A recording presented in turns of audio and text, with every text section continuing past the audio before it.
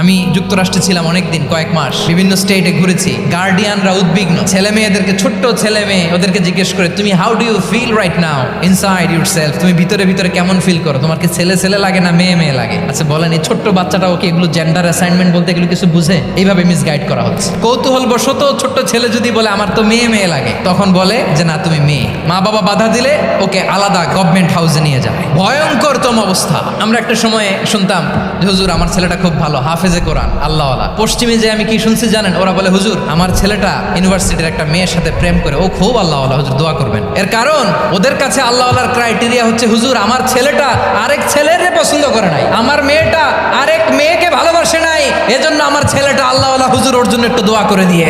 কি চ্যালেঞ্জ ওরা ফেস করতেছে। ওনার ছেলে যে আরেক ছেলেরে বিয়ে করবে না, এটাতেই উনি খুশি যে আলহামদুলিল্লাহ আমার ছেলেটা একটা মেয়েরে ভালোবাসে। নাউজুবিল্লাহ পড়তে পারলেন না?